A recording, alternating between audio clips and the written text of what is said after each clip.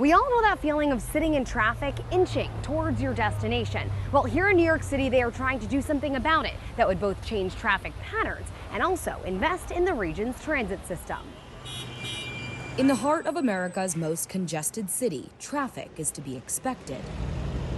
Travel speeds in Midtown Manhattan are 5, 6, maybe sometimes 7 miles an hour.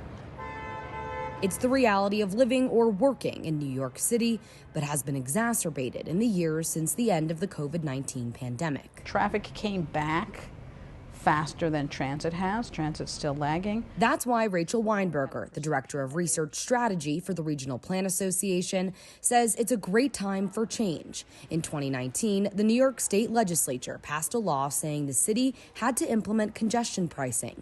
This June, they celebrated receiving final approval by the federal government. They did that environmental assessment, and that's the document that the federal government has recently approved. And now that that's been approved, the program can move forward. New York's Governor Kathy Hochul says this program is critical to the city's long-term success. She says, quote, "This is a significant milestone, bringing us closer to a future where New Yorkers have cleaner air, better public transit, and less traffic clogging our streets." Congestion pricing is the idea that we want to charge the users of the road for the use of the road, and specifically we want to charge users of the road for uses at a time or during times when traffic is more prevalent.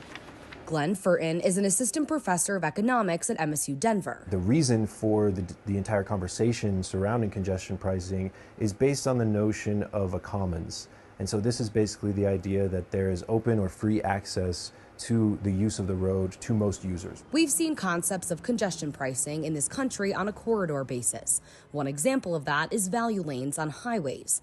But for the first time, New York City is proposing this charge in a cordon area.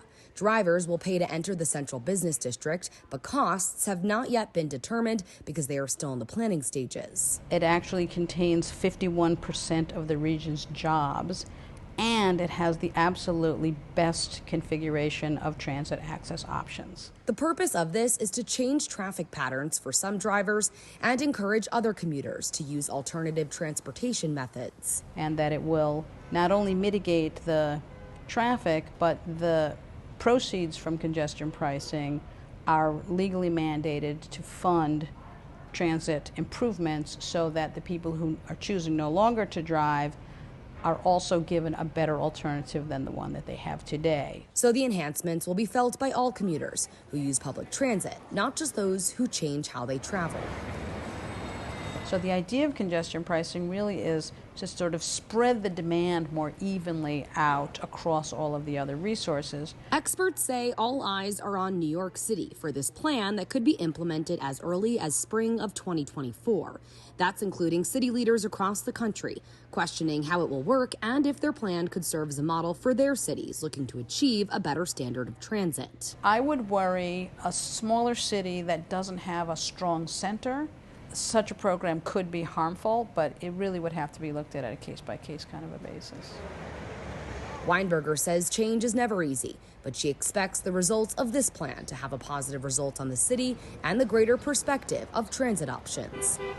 Jesse Cohen, Scripps News, New York City.